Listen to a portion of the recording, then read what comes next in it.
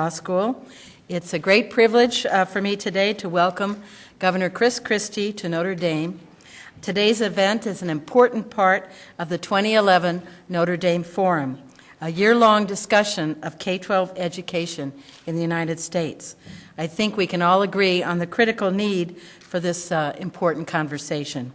Governor Christie has made education reform a centerpiece of his agenda, and we look forward to hearing his thoughts about how we can structure our educational system to serve the need of all students. We're very honored to have you, Governor. Before I introduce Governor Christie, I want to take a moment to thank the Law Review for organizing today's symposium on educational innovation and the law, as well as to thank all of the symposium participants. It's been an intellectual feast all day to have these great people here on campus. We're very grateful to all of you for taking your time out to enrich our discussions. Now, based on the number of calls we received asking for tickets to this event, our keynote speaker doesn't really need much of an introduction. Governor Christie is a native, now what was that state, Governor?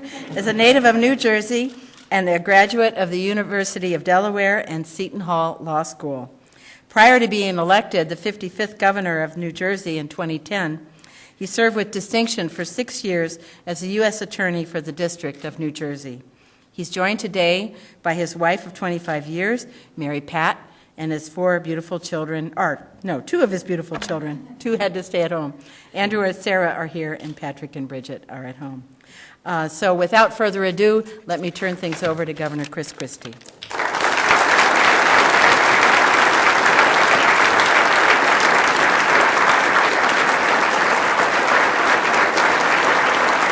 Well, thank you.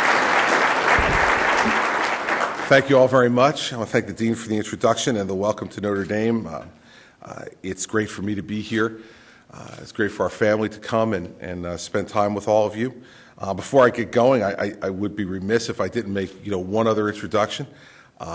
My chief counsel is here, the person who serves as my chief counsel in the governor's office, and this is a totally gratuitous move on my part, but he is an alumnus of Notre Dame. Jeff Chiesa is here. And is so excited to have me have to come to his alma mater to speak.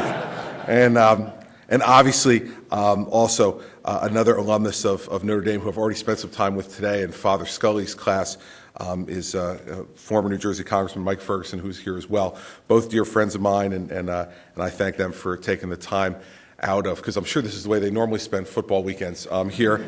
Come to the law school and do some thinking, and then do whatever else they're going to do. So thank you for inviting me, though. I am, by the way, completely impressed. I saw that there are tickets for this thing, first of all, and then I was seeing on Twitter that there was some demand for these tickets, and then I actually saw the tickets and they have my picture on them, and so I'm lording this over Jeff in ways you can't even imagine. Like Notre Dame printed pictures of me on tickets. It's just tremendous. We'll be hanging those up in my office when we get back to Trenton. But I thank you for the opportunity to talk about an issue that I think is the single most important issue in America today for our long-term future. There's lots of really important issues surrounding debt and deficit and tax reform and entitlement reform, and I care very deeply about those and have had some, I think, good progress on some of those issues in New Jersey, but we're not here to talk about that today. And I'm relieved in one respect that we're not. Those are kind of the actuarial accounting portions of my life, which as a political science major and history minor in college, I had no interest in being an accountant or an actuary, but as governor during difficult fiscal times, you begin to feel like you are one. But this, and my staff tells me all the time that when I speak about this issue, this is the issue that they could tell I feel most passionate about. I was talking to Father Scully's class before I came over here in leadership, and I was telling them that I don't use prepared speeches except for very rare occasions like the State of the State or the budget address and things where I have to remember numbers or remember not to be too inflammatory. And so today I'll talk to you from my heart about what I feel about this issue. Because you understand why I feel the way I feel about this issue, you have to understand where I come from. Not just from New Jersey, but I was born in Newark, New Jersey, in our state's largest and in many ways most challenged city. And I was born in Newark. My parents were born in Newark. 3 of my 4 grandparents were born in Newark. And so Newark was a large part of our family's culture and history and definition of who we are. I was born in 1962. And in 1967, 2 things happened. Two things that directly affected my life. One inside my own family and one outside of it. My parents decided as I was getting ready to turn 5 years old that they needed to move me out of Newark and move my younger brother out of Newark because they were convinced that there was no way that we could get a good education there. And I was coming the age when I would go to kindergarten. The thing that accelerated that decision, of course, were the riots that were in Newark in 1967 that the city has never recovered from. And 44 years later, Newark has still not recovered from the riots that occurred in 1967. It hasn't recovered economically, and it has not recovered educationally. And the reason I tell you that that is the core of the way I feel about this issue is this. I'm convinced with every fiber of my being that if my parents had not done what they did, which was, understand who my parents were. My mom was a graduate of Westside High School in Newark, never had the money to go to college, and worked for the rest of her life until she died. From the time she was 17 years old until she was 71 when she died. My dad worked in the Breyers ice cream plant in Newark during the day and put himself through Rutgers at night to get his degree. And our first family picture was at my father's college graduation when he was in his cap and gown, my mother was smiling next to him, and I was in utero 3 months prior to arrival. And my father and mother, it was an enormously proud day for them because my father was the first in his family to be able to get a college degree. And for my mother, she was living vicariously through him, knowing that it was probably an opportunity she was never going to have. So for these 2 who cherished education so much and the importance of it, that decision in 1967 to leave the only place they had ever known, to go to what my mother called the wilderness, which was Livingston, New Jersey, 15 miles due west of Newark, was an enormous decision. Plus, they had no money. So they borrowed $1,000 from my maternal grandmother and $1,000 from my paternal grandmother to put a $2,000 down payment down on a $22,000 house in Livingston because they heard it was a great school system. And my father, who was a Korean War veteran, got the VA mortgage to be able to buy the house. But for those efforts, I am convinced I wouldn't be standing here today. If my parents had kept me in post-riot Newark, in the public school education system, which would have been all they would have been able to afford and the only option that would have been available to them, I wouldn't be standing here as the 55th governor of the state of New Jersey.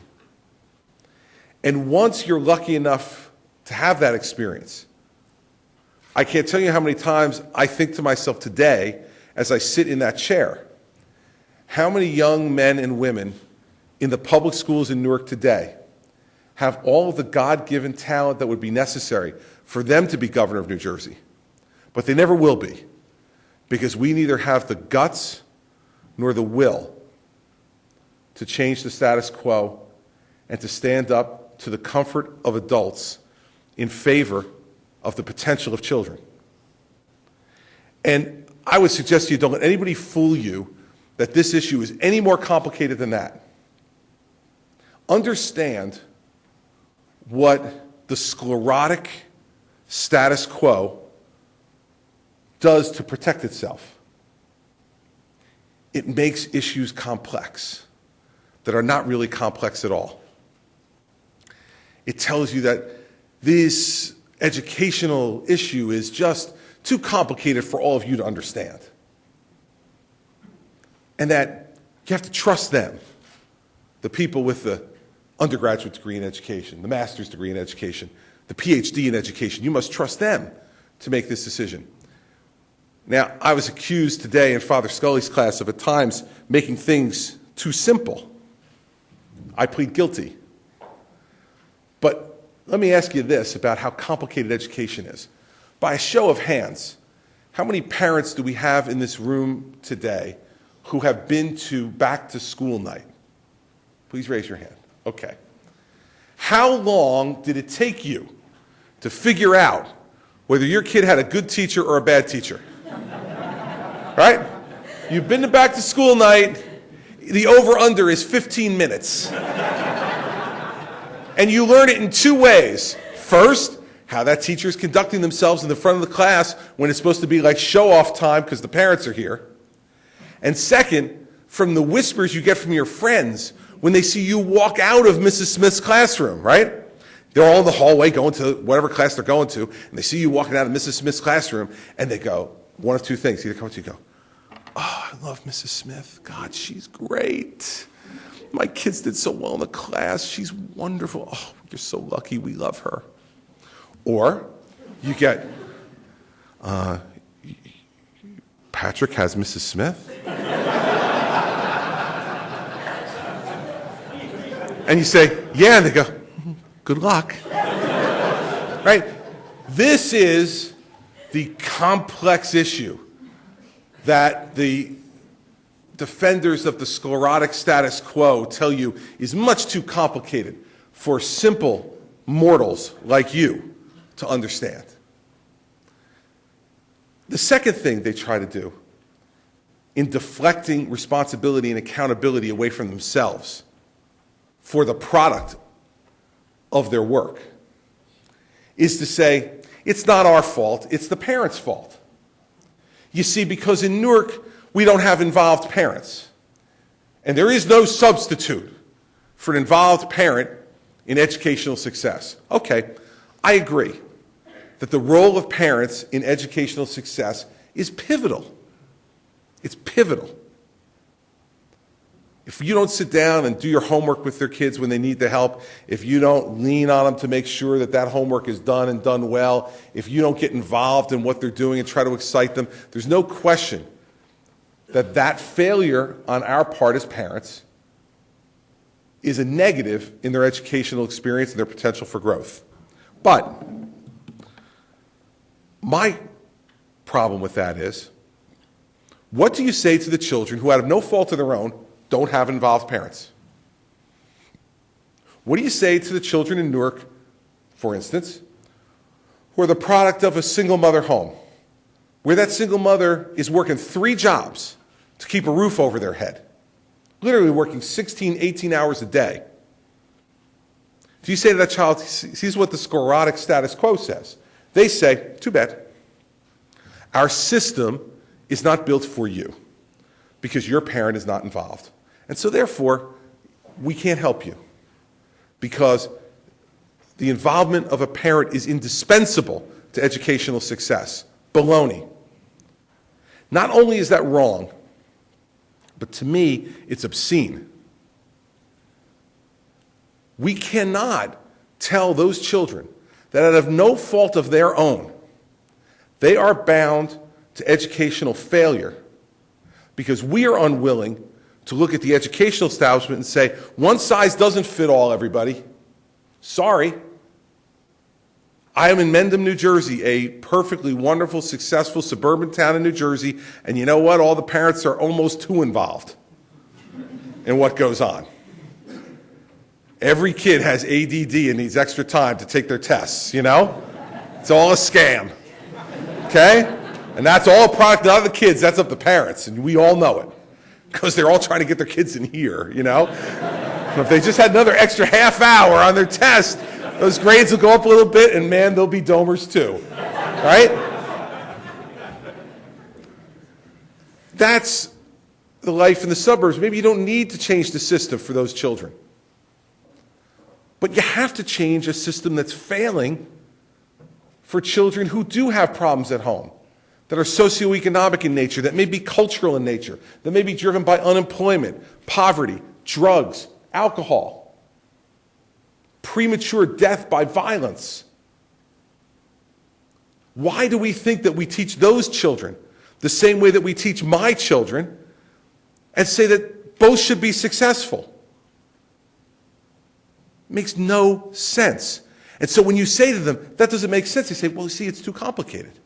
You obviously don't understand it. How hard is it to understand failure when in Newark, the children this year, 2 months ago, who entered the 9th grade, 23% will graduate in 4 years with a high school diploma. 23% of the children who entered the 9th grade 2 months ago in Newark will graduate with a diploma in 4 years. And we will spend $24,000 per pupil per year on those children. Well above, almost double, more than double actually, the national average on what we spend in K-12 education for abject failure. And of the 23% who do get degrees, the kids who move on to Essex County Community College, 90% of the Newark high school graduates who go to Essex County Community College need at least 1 year of remedial coursework to be able to qualify to sit in a college class. So, of the 23% who get a high school diploma, it's a lie. They're not college ready. They're not career ready.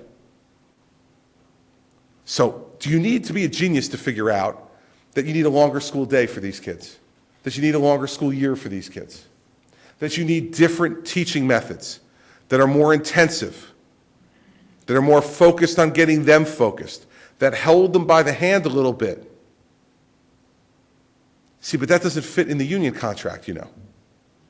They come in at 8:30 and they leave at 3. And if you want them to stay till 3:30, you got to pay them more. Despite the fact that they're getting paid a lot of money already for a job that's only 180 days a year. They say teachers only make, on average in New Jersey, $60,000 a year. They only work 180 days. Could we annualize that? Now, I'm not an advocate for less teacher pay. I'm, in fact, an advocate for more teacher pay. But for excellent teachers, even for good teachers, but not for failed teachers. So what kind of things are we proposing in New Jersey to try to change this paradigm? A number of things.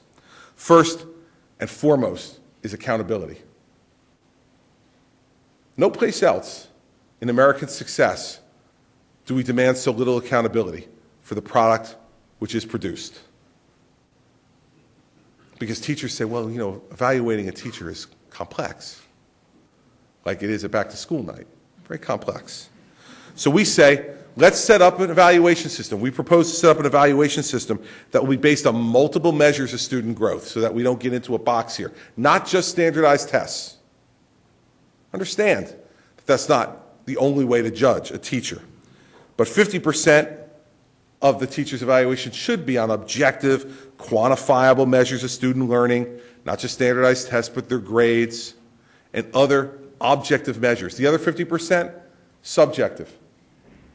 Peer review, more intensive classroom observation, more intensive review of their lesson plans and how they execute them to make sure that they're modernized, updated on a regular basis, and that they are responsive and reactive to the success of the students or lack thereof in the classroom. We need to reform tenure. Now, tenure in America right now and in New Jersey means this. At 3 years and 1 day, you have a job for life. And if you think I'm kidding, let me give you this one example. In the last 10 years in New Jersey, where we have about 150,000 public school teachers, would anyone venture a guess as to how many teachers have lost tenure based upon incompetence or ineffectiveness in the classroom? That means 1.5 million opportunities. 10 years, 150,000 teachers. 17. I mean, for God's sake, that makes the Bar Association look robust in its self-governance. Makes the Board of Medical Examiners, look like the inquiry. I mean, this is ridiculous. 17. Do we believe out of 150,000 teachers in New Jersey over 10 years that only 17 were ineffective or incompetent? The results don't prove that. So let's have tenure. I want to have tenure. I want to have tenure that protects teachers from retaliatory firings, political firings, age-based firings. salary-based firings, of course. But that tenure should be earned every year. Our suggestion is you have an evaluation system that says highly effective, effective, partially effective, or ineffective. If you get 1 year of ineffective, you lose your tenure. You get 2 consecutive years of partially effective, you lose your tenure. You can earn it back, but you lose your tenure. Now, I'll have to tell you, looks to me from looking around this room, judging a book by its cover and where you're sitting, there's a number of highly successful people sitting in this room. If you ran your businesses like we run education, think about whether you'd be able to afford to be sitting here. Because if you ran your business by saying, once I hired someone, I kept them for 3 years and 1 day, I can't fire them. Even if they're not doing a good job. Can't fire them, not allowed. Not appropriate. And you'd be belly up quick. And if you wonder why the American educational system is falling further and further behind at the K-12 level of the rest of the world, I would suggest to you that tenure, in the way it's administered now, is one of those reasons. So we need to reform tenure. Teacher compensation. We should adopt compensation policies that do 2 things. First, pay differentiation. Second, merit pay. Now, what do I mean by pay differentiation? What I mean by pay differentiation is something that I said the other day that got me in trouble. When I was out of Facebook. Yeah, you're laughing, you heard, right? But, I mean, seriously, does anybody in this room believe, and let me start off by professing my deep love and affection for gym teachers, okay? I think phys ed teachers are some of the most wonderful, marvelous, giving, caring people in America. Let's get that out of the way. Do you really believe that we should be paying gym teachers as much as we pay science and math teachers? Right? I got to tell you the truth. You know, my children's future is not going to be determined by their understanding of the complexities of physical education. I'm not saying it's not important to exercise, despite my appearance. It's an aspirational goal, and one that I cognitively recognize is important, even if I may not be totally in tune with it at the moment. But I was with Mark Zuckerberg on Monday, and he told me that Facebook could be growing significantly faster than it is, if you could believe that, if he could hire more engineers. He can't find competent engineers to hire in America. And let me tell you, he's paying really well. So it's not a money thing. So I'm saying we need to have better science and math teaching. To get better science and math teaching, we need better science and math teachers.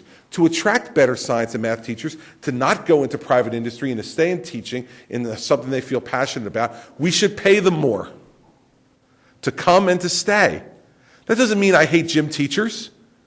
It means I'm awake and alive in the real world and recognize that America's in a crisis and we need more people in science and math and engineering. And we need to pay to get that. Let's have pay differentiation that makes sense. Let's also have pay differentiation to hire more great people in difficult school districts. Let's face it, in my state, would you rather be in Mendham teaching kids that have solid family lives and are driven to succeed, or would you rather teach in Newark with all the challenges, socioeconomic and otherwise, that are incumbent upon that? Well, most people are going to make the choice to take the easier route. Well, how do we attract people down there beside their passion? Let's pay them more to go down there. Let's pay them more to go into these difficult, challenging districts to help turn them around. That doesn't mean I value the teacher in Mendham any less. It's a bow to reality. Lastly, on merit pay. Understand this. Every place else in American life we pay based upon merit. Everywhere we pay based upon merit except in education. You know, that's like saying, what are your names, please? Nicole? Okay. Nicole and Marianne are my third grade teachers in my school. I'm the principal. We're at the end of the year, and I'm giving them their evaluations. And I call Nicole and Marianne in. We have two third grades. There are 2 third grade teachers. I say, Nicole, you had an amazing year. I'm not surprised. I am sure. Love the confidence. You had an amazing year. The children love you. They're happy in class. They're learning. Their test scores improved from 2nd to 3rd grade under your leadership. The parents love you. You're responsive. They email you. They call you. You get right back to them. When a kid's having a problem in class, you try to help make it better. You try to change things to try to adapt to that particular child. You've done a wonderful job. And we're proud to have you in part of our school. And so we'd like you to come back next year. We'd like to give you a 3% raise. Nicole. Oh, Marianne. You're Nicole. Marianne. You're awful. I mean, Marianne, there's really no other way to put it. The parents groan and come to my office to complain when their kids get put in your class. You come in at 8:30 on the dot. You leave at 3 o'clock on the dot. You're unresponsive to the parents. The kids aren't happy in your classroom. Their test scores have lagged underneath you. You haven't updated your lesson plan in years. And when I try to talk to you about this, you go into your purse, you take out a card and say, call my union representative. Talk to her about it. Marianne, we'd like you to come back next year, and I'd like to give you a 3% raise. That's really funny, right? Except that's what happens. Every day in public education in this country, that's what happens. Because you know how they're judged? They're judged by how many years they're in. And every year they stay, if she's breathing in September, she's getting her raise. Now, I'm not so much worried about Marianne because she's a lost cause, with all due respect. But what I'm worried about is Nicole. Because after a while, Nicole's going to say, what am I doing? Why am I doing this? Marianne's off doing nothing and making the same amount of money I do. Yeah, I'm getting personal satisfaction from this job, but after a while, that's just not enough. Why shouldn't we compensate Nicole more than Marianne? Maybe that'll incentivize Marianne to get with it. But even if it doesn't, it's going to reward Nicole for being outstanding. And America is based on rewarding the outstanding, rewarding the achievers, rewarding the people who are producing results. Yet what they'll tell you, what the teachers union tells you is that that will destroy camaraderie in the schoolhouse. Now here's what you have to, this is what I love about the teachers union, because they think so little of their members, integrity, that they believe that'll destroy camaraderie. If you believe that, here's what you'd have to believe. Let's take Nicole and Marianne again, but this time, Nicole's the 3rd grade teacher, Marianne's the 4th grade teacher. Now, Nicole has my son Andrew in the 3rd grade, and she does a great job with him. And they kind of really connect. He loves going to class. He does really well. He goes to 4th grade, and Nicole says to Marianne, by the way, you're going to love Andrew Christie. Boy, he's really good. He's an A student. He's fabulous. Marianne has about 2 months with Andrew, and she's like, where the heck is the A student? He's drifting off in class. I can't seem to connect with him. He's not doing really well. And she thinks to herself what she logically should think. Let me go talk to Nicole and see, how did she connect with this kid? Under the teachers union theory that it will destroy camaraderie, when Marianne goes to Nicole, Nicole is going to say under the teachers union theory, sorry, I can't tell you. See, because if I tell you my secrets of how I succeeded with Andrew, then you're going to do better. And if you do better, you might get merit pay and I might not. So I'm sorry, I can't help you, but good luck. Does anybody think that's what a teacher would do? There is no chance that's what a teacher would do. No chance. But that's what the teachers union is trying to sell you, is that merit pay will destroy camaraderie. They won't work together anymore because they're awfully competitive for that merit pay money. Well, to believe that, you'd have to believe that they're lesser human beings than they are, and I don't believe that. And secondly, you'd have to believe there's no camaraderie at Microsoft, no camaraderie at IBM, no camaraderie at Caterpillar, no camaraderie anywhere in private industry, because they're all competing for a limited pool of money against each other every day, every year. And when you point that out to them, you know what they say back? It's too complex. You don't get it. It's too complicated. It's too complicated. You don't have your PhD in education. I don't. But this just seems to make sense in my common experience, and I suspect it makes sense in your common experience as well. Next, end LIFO. What is LIFO, for those of you who don't know what it is? Last in, first out. It means when layoffs have to happen in a school district, they are made based purely and solely upon seniority. So, let's be fair about this. Mary Ann's a new teacher. She's doing great. She's in her second year, and boy, she's knocking it out of the park. She's amazing. Nicole's been there for 24 years, and she's pretty much worn out. She's mailing it in. She's not working every day, and then layoffs come. And I'm the principal, and boy, I'd love to lay off Nicole because she's mailing it in, and the kids aren't responding to her, and she doesn't really care anymore either. I have to lay off Mary Ann. Now, in what other business would we ever tolerate this? That merit plays no role in determining who keeps their job and who loses it. It's ridiculous. It's degrading. And it is contrary to a model for success.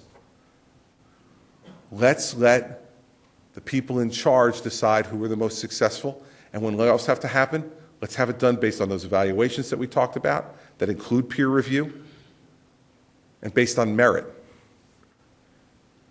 You can't justify the idea that just because you're there longer, it means you're better. We see that in every walk of life. Why is it any different in K-12 education? Lastly, on the public school side, we talked about ending forced placement. This is Mary Ann's great teacher. Nicole, not so good. I'm the principal. I go to the superintendent and I said, I cannot take Nicole anymore.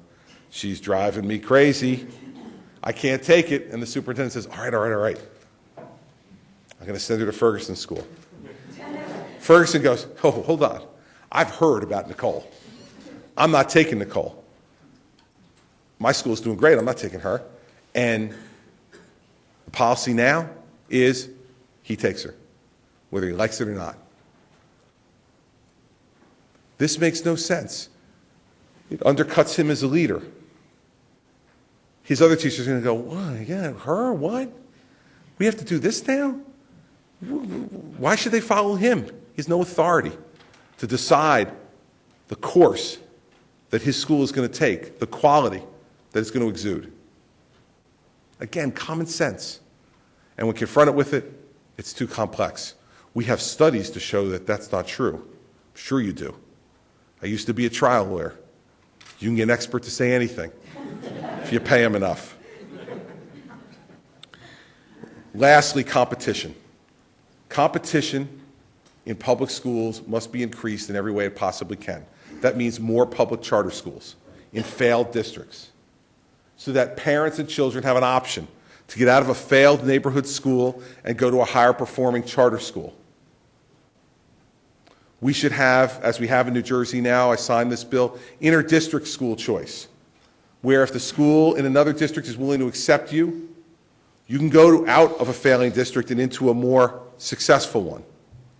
And we should have something in New Jersey we're going to recall and hope to get passed this fall, the Opportunity Scholarship Act, which says that private businesses can donate to a scholarship fund for children in failing school districts to get a scholarship to go to a private or parochial school of their choice, once it's been adjudged by the Department of Education that their school is failing.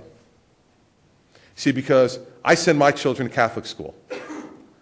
My wife and I have made that choice because we can afford to make that choice, because we believe that having a religious education as part of our children's everyday education is important and reinforces the values that we're trying to teach them at home. That single mother in Newark doesn't have that choice, not only for religious reasons. She doesn't have that choice for educational reasons, because zip code is destiny in this system. Zip code is destiny. That's not America.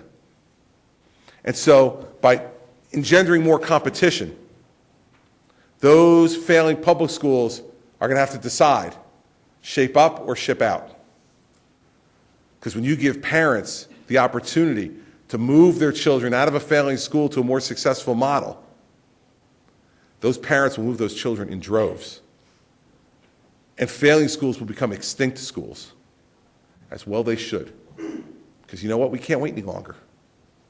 Can't wait any longer. And those families can't wait any longer for success. Because every year that goes by without success predetermines that that child will become an adult who can't go to college, who can't get a good job, who will, in disproportionate numbers, turn to crime, go to jail, or if not, flip hamburgers at McDonald's. I am from there. That could have been me. There is no more important moral imperative than preventing that. And we must stop putting the comfort of adults ahead of the potential of children. And it is only us who can change that. And to change it, we have to stand up to probably today the most powerful political force in America. And that is the teachers' unions and their extraordinary money in this country. And let me tell you, in New Jersey, just so you know how much money we're talking about, and then I'll end it and take questions. New Jersey requires by law that every teacher do one of two things, public school teacher, either pay $731 per year in dues, deducted from their paycheck, to their union, or if they choose not to be a member of the union, they pay 85% of $730 to be out. See, for my generation, we call that the Hotel California fee. You can check out anytime you like, but you can never leave. What does that amount to? 150,000 teachers, another 50,000 school employees who have been corralled into this morass. $130 million a year in dues in New Jersey. They don't contribute a nickel to teacher salary, teacher health care, or teacher pension. It is a $130 million political slush fund to help their friends and punish their enemies. That's what we're up against. And the best argument they got back is, it's too complex for us to understand. I have studies that show otherwise.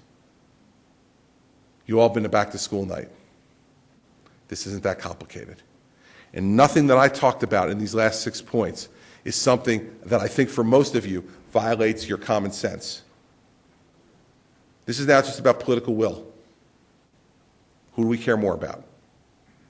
And so I came here and accepted this invitation because there is nothing more important in my public life than winning this. Because if I win this, then years from now there'll be another kid from Newark standing here who graduated from the public schools in Newark and became governor of the state of New Jersey. And he or she will be here because we did our moral duty. Our moral duty. And so I care about this issue because I care about the future of this country.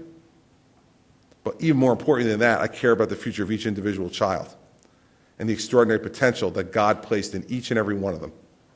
And I think you should too. So thank you for having me. I'm happy to take questions.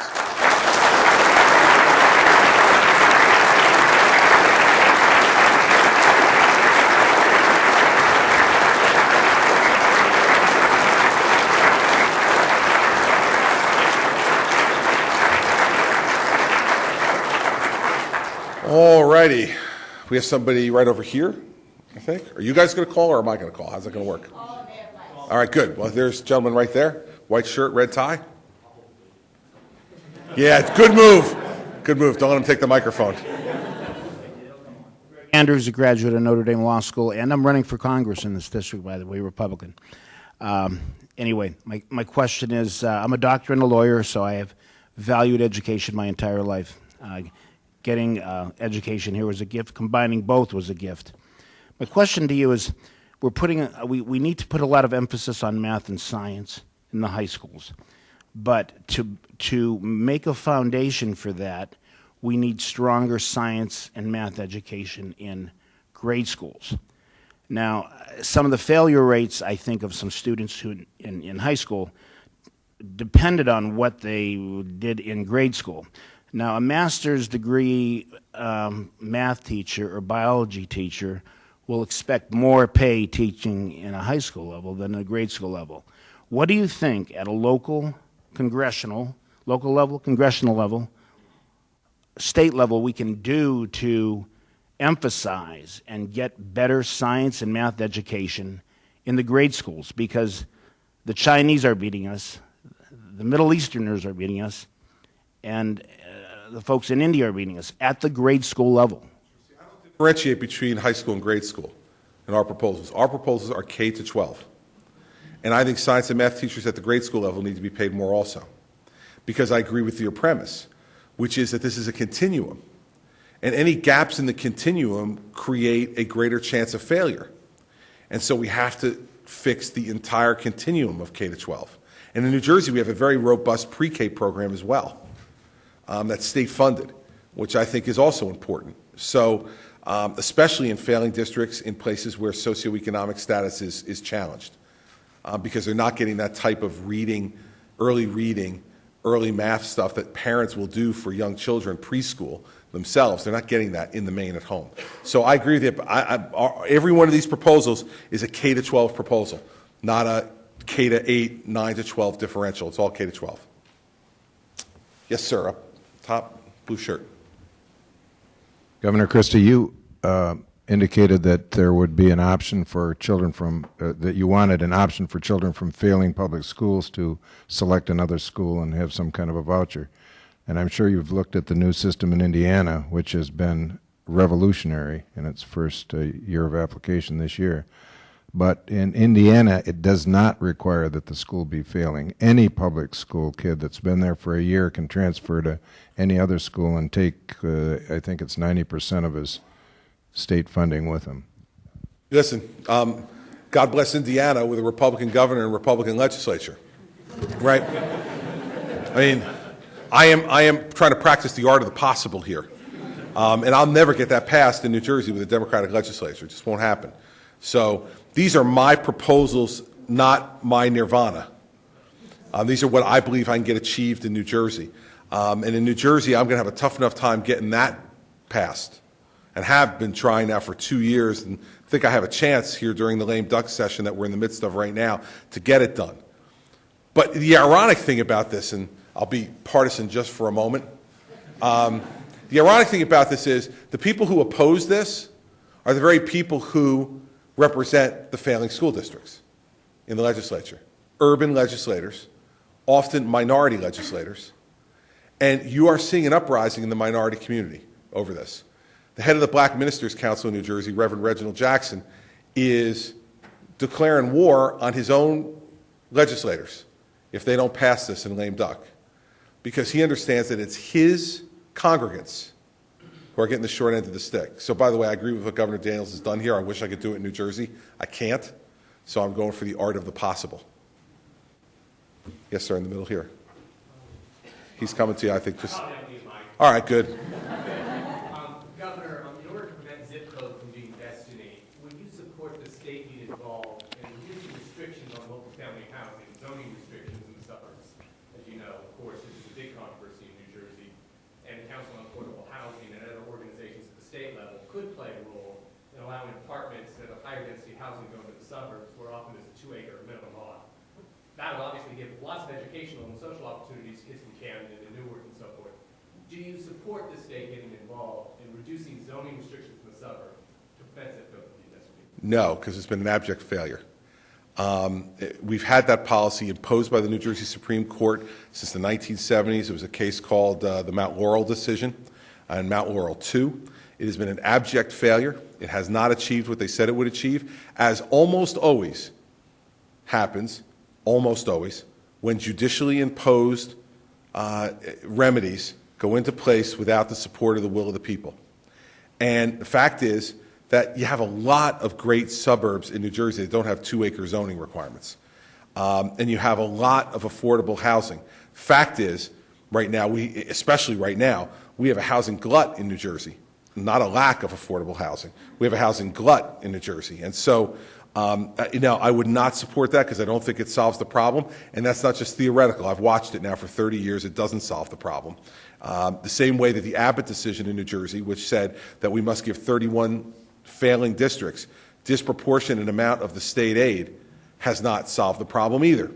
We now give 31 districts in New Jersey out of 588 school districts. We give 31 districts 70% of the aid. And Those 31 districts remain in the main to be the 31 worst districts, even though we've been doing that since the early 1980s. Because you see what the teachers union wants to convince you all the time, just give us more money. Give us more money, we'll fix the problem. It's now been proven, as Mount Laurel's been proven to be a failure, this is proven to be a failure as well. We need to fix the neighborhood schools in Newark, not move them out of Newark and turn Newark into a ghost town. We need to fix the neighborhood schools there, and there's no reason we can't. There's high-performing charter schools in Newark that are doing it at $11,000 per pupil versus $24,000 per pupil. You don't want to know why? Because they have no teacher tenure, so if a teacher stinks, they fire them, and they get in a better one.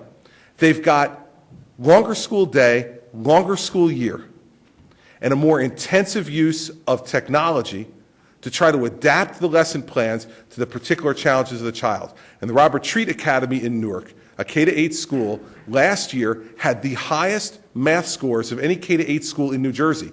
Not any K-8 school in Newark, not any K-8 school in the Abbott districts, any K-8 school in New Jersey, including all the suburban schools, and they are 2/3 African American and Latino.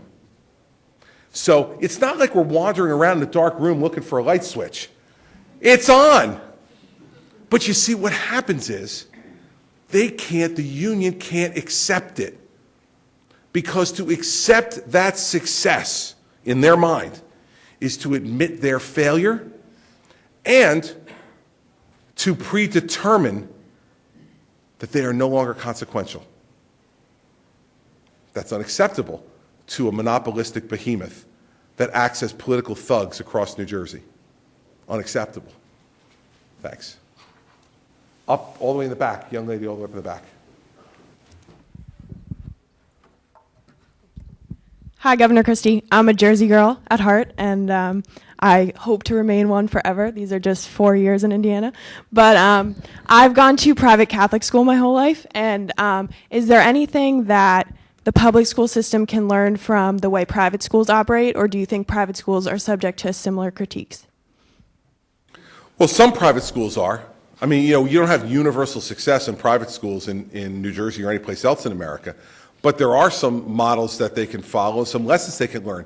I mean, this is one of the fallacies. Like, they find a failed charter school and they say, see, charter schools aren't perfect. Well, of course they're not. And they find a failed parochial school. They say, well, see, that doesn't work. But you point out a failed public school, and they say, well, it's too complex to understand that there's socioeconomic issues at play here and parental issues that are really the problem. It's not us. So, yeah, sure, I do think that there's things that they can learn from both private schools and parochial schools, and lots of things you can learn from charter schools, too, and lots of things you can learn from high-performing public schools. What we need to do is to take the blinders off and take the handcuffs off. And let's focus on what works and do that. But if we do that, that means you can't have LIFO. That means you can't have tenure for life for failing teachers. It means you should be paying people based on merit. I mean, all those really uncomfortable things that happen in private schools and parochial schools by definition because they don't have union contracts that restrict them in that way. Up top, sir, in the first row of the balcony, kind of there. Given Governor Christie, given the obvious failure of public schools to allow students to be both career and college ready, what role do you see vocational institutions and other forms of alternative education planning and development? They should have a slice of the pie, but I'm not ready to give up on the fact that mainstream public schools can also get people career and college ready. Now, there are some children who are going to be best served by a vocational school. And we have some very good vocational schools in New Jersey, and we do them basically on the county-wide level. And we have some really excellent vocational schools that are doing a really good job. But I think that's a limited audience for that type of education. And so I don't think we can see it as a panacea. Again, every one of these solutions is a building block to the ultimate success. There's no silver bullet in this. So yeah, I think, and we've increased funding to vocational schools during my time as governor because I believe that the people who are doing well should be rewarded.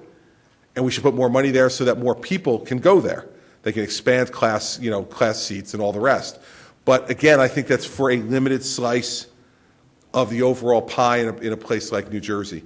And so I think, and by limited slice, I don't mean just demand. I also mean that it's a limited slice because you can just make them just so big, and then you've got to and add just so many. They'll never be able to replace public education as a whole. So you should add some more, but again, in the same kind of proportion you're adding charter schools and competition through private and parochial schools and improving local neighborhood schools, my opinion. Yes, sir, right here.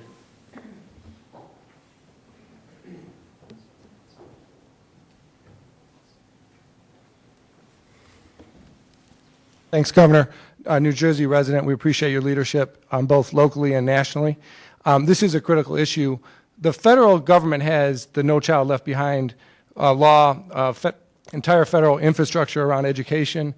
Can you talk a little bit about states' rights and the federal role there and how you see No Child Left Behind? Well, we are one of 11 states that have applied for a waiver from No Child Left Behind just this past week because we believe that we should be allowed to craft a state-based solution to improving the quality of educational outcomes of our students in New Jersey. And I will tell you, it's one of the few things that I agree with the Obama administration on. President's been pretty good on this subject and is allowing for this waiver system to go on to return more authority from the federal Department of Education to state departments of education and localities. And so I think what you're seeing is, and this is an exercise, an unusual exercise of executive authority by the Obama administration because of congressional inaction to amend No Child Left Behind to allow this kind of flexibility. So I give great credit to the president for that, and I give great credit to Secretary Duncan because I think Secretary Duncan's been in the trenches and seen it and reported back to the president that this needs to be done. And the president has stood up to a natural constituency of his because the National Education Association, the American Federation of Teachers, believe me, don't want more flexibility given at the state and local level to craft solutions to these problems because that then runs the risk that they may not be able to control the outcome. So I think, again, more decisions being made at the local level is a good idea, much better idea than, again, one-size-fits-all decisions being made either at the federal level or at the state level either. More of the stuff being decided at the local level, I think, will permit, in most instances, better decisions being made based upon the socioeconomic status and other demographic issues that occur from community to community in a place like New Jersey, which has 566 municipalities and is pretty diverse. Yes, over here. Nope, it's you. All right. Question is, does the state of New Jersey realize any gain in state tax revenue from improving school districts or the opening of charter schools in certain areas or zip codes? Yeah, no.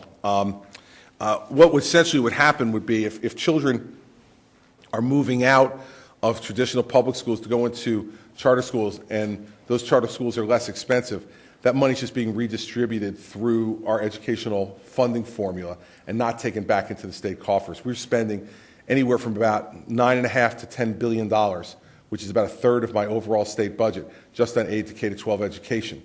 It's the single largest item by far in our budget. And so what happens is, under the current school funding formula, if a child goes to the charter school, that money remains in the district. The differential between, let's say, about $11,000 in the charter school and the $24,000 that is the per pupil spending in Newark, for instance, that money stays in the district and is used elsewhere.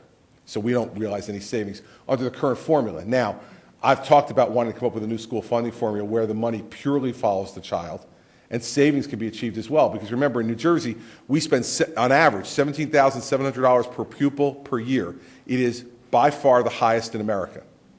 And so, could there be savings that could also be realized at some point in this? Yes, but that's not the goal, motivation, nor will it be the direct result of any of these reforms. We'd have to do a rejiggering of our school funding formula, which is not on the plate right now in the legislature, nor have I put a proposal forward to do that. Yes, sir.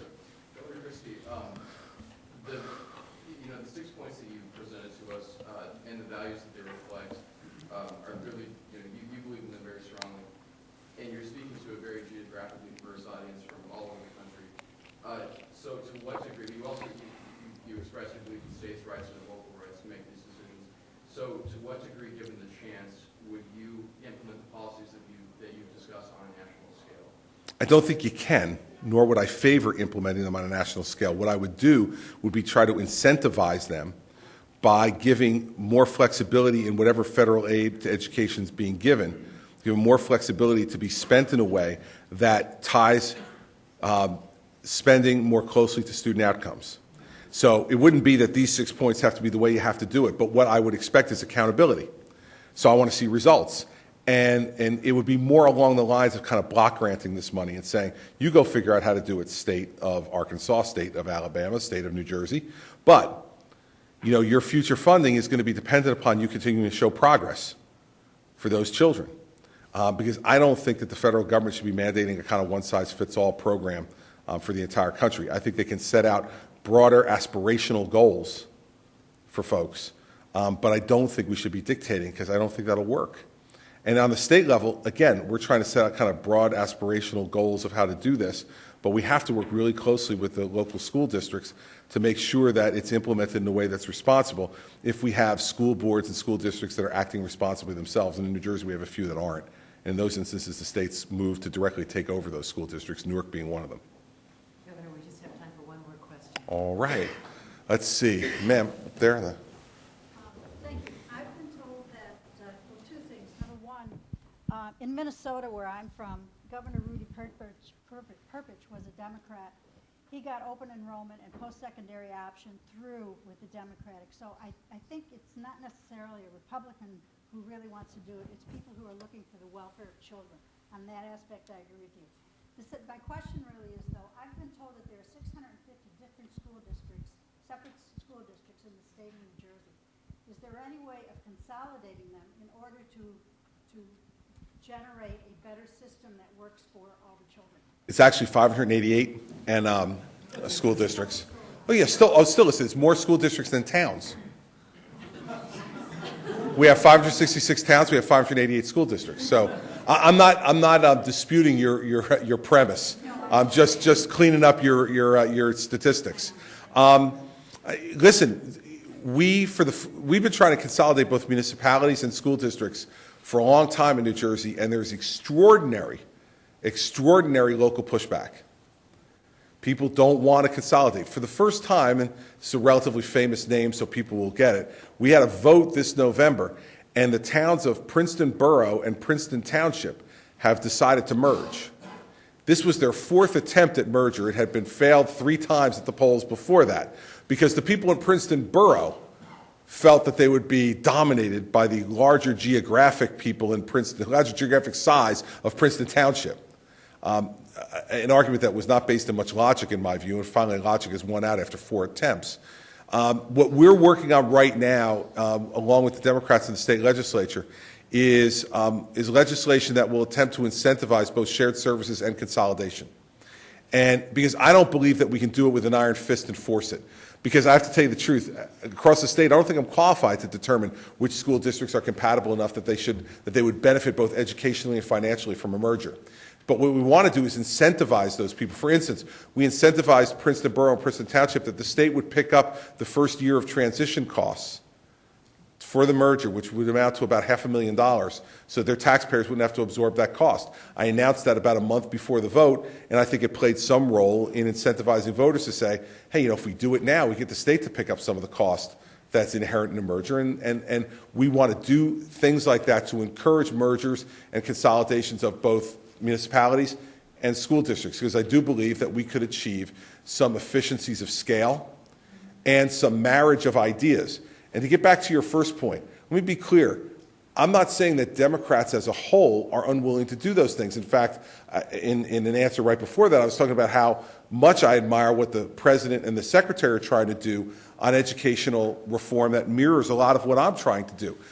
When I say the Democrats aren't willing to do this, I mean New Jersey Democrats are unwilling to do it. They are a much different breed than some others. And but unfortunately for them, what they're finding out is I'm a much different breed of Republican too. So it's a very interesting back and forth between us. But I do think that this is one of those issues, and I'll conclude with this, that is not partisan. It is not a partisan issue. You will hear Democrats and Republicans agreeing on this issue more than any other important issue in public life right now. Now, given the state of political dialogue in our country, shouldn't we seize this issue to show that we can actually agree on something that's important, that we can get done? And the only reason we're not is because the special interest group that opposes it is so powerful and has so much money. Because Republicans and Democrats are saying the same things on this. And so the reason why I accept invitations like this one to come out and talk to audiences like you is because the only way we're going to win this thing is to overwhelm them in numbers. Now, you should know that in the past 22 months, they have spent nearly $20 million in negative television ads against me in New Jersey, in the New York and Philadelphia media market. Just savaging me, I have to tell you. My children would barely recognize me after watching these things about just what an awful person I am and how I hate teachers, Jim and otherwise. That I'm angry, that I'm bitter, that I'm divisive, and all the rest of that stuff. And what I want to know from them is, what's that accomplish exactly? How does that advance the interests of your constituency, who, by the way, are paying for those ads through that $731 a year taken out of their paycheck? It doesn't. It perpetuates their political power. It perpetuates an executive director of the Teachers Union of New Jersey who's paid $550,000 a year. And I watch him, because their building is right across from the State House. I watch him pull out with his Mercedes S550 every day when he's leaving. He don't want change, everybody. That's change he can't believe in. I guarantee you. So this is a moment when we can come together, Republicans and Democrats, to do something that's important for people who have not yet decided whether they want to be a Republican or a Democrat. Our children. All they want is a chance to have a mind that's educated enough, nimble enough, and inquisitive enough to want to make that decision someday. And we owe them at least that. So thanks for having me today. I appreciate it. Thank you.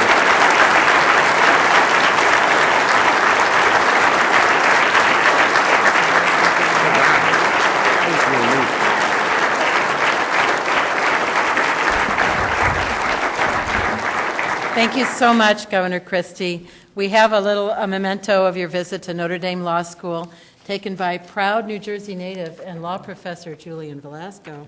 A beautiful picture of the stained glass windows in our St. Thomas More Chapel. Thank you. This is And great. just Thank want you to all very thank you much. again for coming.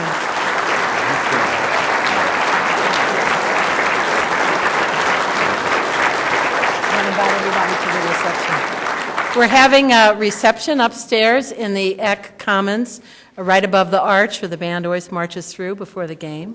So I want to invite you, all of you who would like to attend, to come up to the second floor to our reception.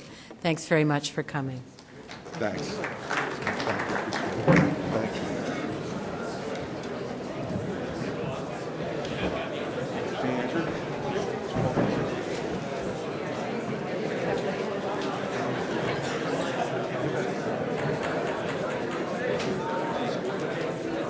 Thank you. Appreciate it.